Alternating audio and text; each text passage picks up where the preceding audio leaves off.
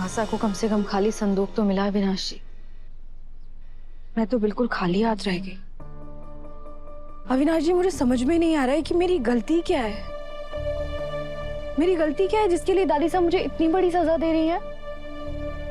पोते की बहू का तो सबसे ज्यादा लाड़ दुलार होता है, फिर मेरे साथ ऐसा सुलूक क्यों?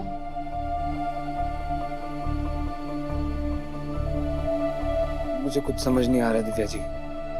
दादी साहब ने तो दुनिया देख रखी है ना, उन्हें तो अच्छे बुरे इंसान की अच्छे से परख होनी चाहिए। फिर पता नहीं वो करिश्मा को क्यों नहीं पहचान पा रही। हम पहचान पाए थे क्या? नहीं, करिश्मा बहुत शातिर है। उसका दिमाग शैतानी रफ्तार से चलता है, उस पर भरोसा नहीं किया जा सकता।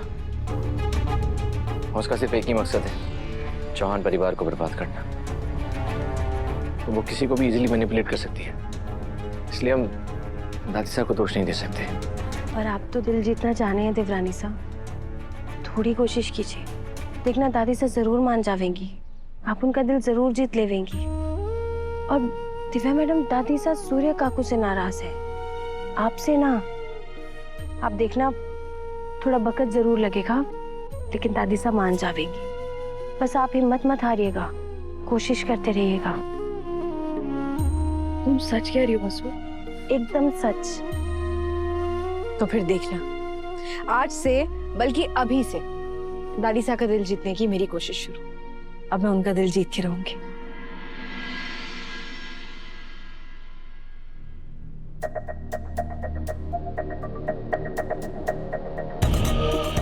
अभी तो बस अपने गहने दिए हैं, बहुत जल्द चौहानों की किस्मत भी मेरे हवाले करेगी ये बुढ़िया।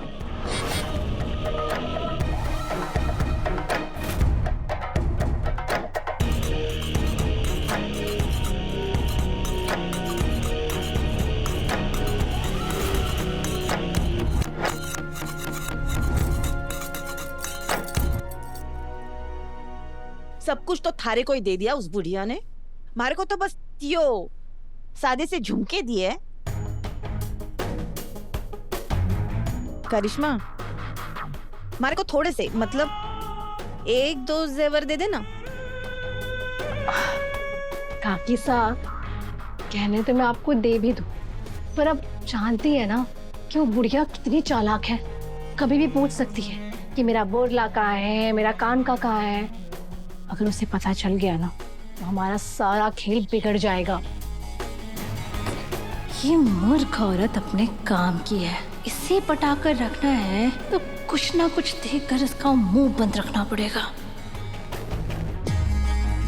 काकी साहब, आप उदास मत होइए, ये लीजिए मेरे हीरो का ब्रेसलेट, इसे अपना समझकर ही पहनिए। वैसे भी इस पूरे घर में एक आप ही हैं जो मेरी अपनी है, इतना तो मैं आपके लिए कर ही सकती हूँ। हाय मेरा राम जी, हीरा दे रही है तुम्हारे को? ये तो बस नजराना है काकी साहब, अभी तो आपको बहुत कुछ दूंगी। बस एक बार इस घर में मेरा राज कायम हो जाए। अगर तू राज करेगी तो मैं भी तो गद्दी चलाऊंगी। तू महारानी बनना और मैं थारी मुख्य सेनापति, बड़ा मजा आएगा। पर एक सलाह देऊं थारे को, फ्री है, ले ले। जो भी करना है ना जल्दी से कर ले।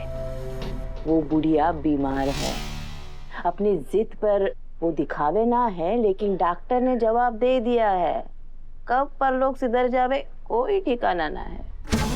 अगर वो बुढ़िया लुढ़क गई तो फिर भाभी साहब पहले ही फुर्सत में थारे को इस घर से बाहर निकाल देगी। और फिर करिश्मा, तूने यो जो सब किया है ना, सब कुछ मिट्टी में मिल जाएगा। बात तो आप ठीक कह रही हैं, जो कुछ भी करना होगा फौरन करना होगा।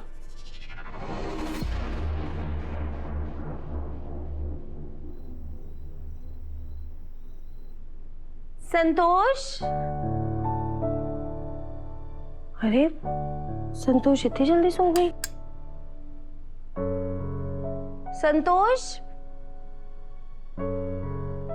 संतोष उठो, खाना तैयार है, चलो चलो संतोष। अब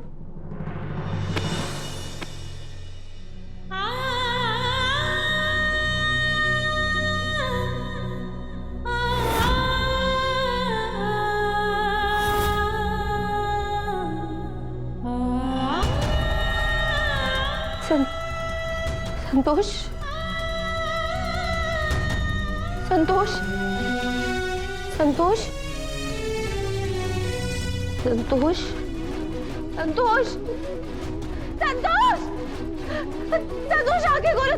दादी साहब उठो। दादी साहब, बड़े हुकुम, देवी हुकुम, अभी सर, देव सर, बड़े हुकुम, जल्दी आई, दादी ने कुछ हो गया है। देवी हुकुम, जल्दी आई, देखिए दादी ने क्या हो गया है। दादी साहब, दादी साहब, देखिए ना, दादी साहब ने क्या हो गया है। क्या हुआ दादी साहब? दादी साहब, दादी साहब क्या हुआ? माजी साहब, दादी साहब, दादी साहब के खोलिए। दादी साहब। हाय मारा राम जी, ये तो सच में टपक गई। पता नहीं दादी साहब ने क्या हो गया।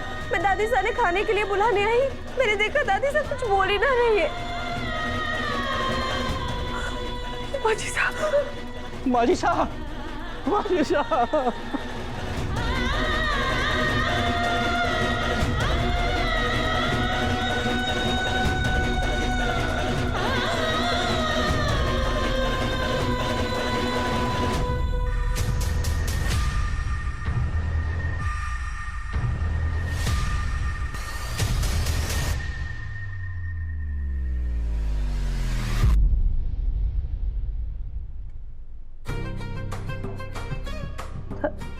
दादी साहब,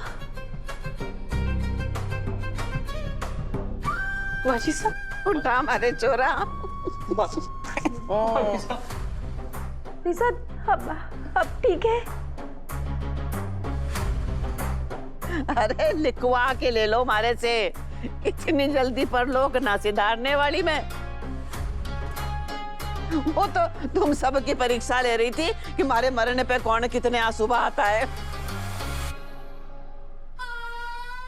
क्यों सब किए दादी साहब?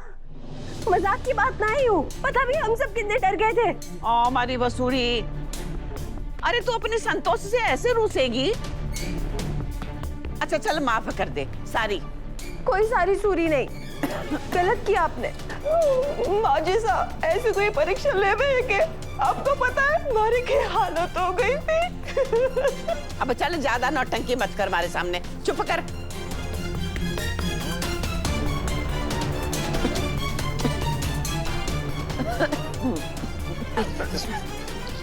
हाँ, ये पानी लीजिए। ये लीजिए दादी साहब।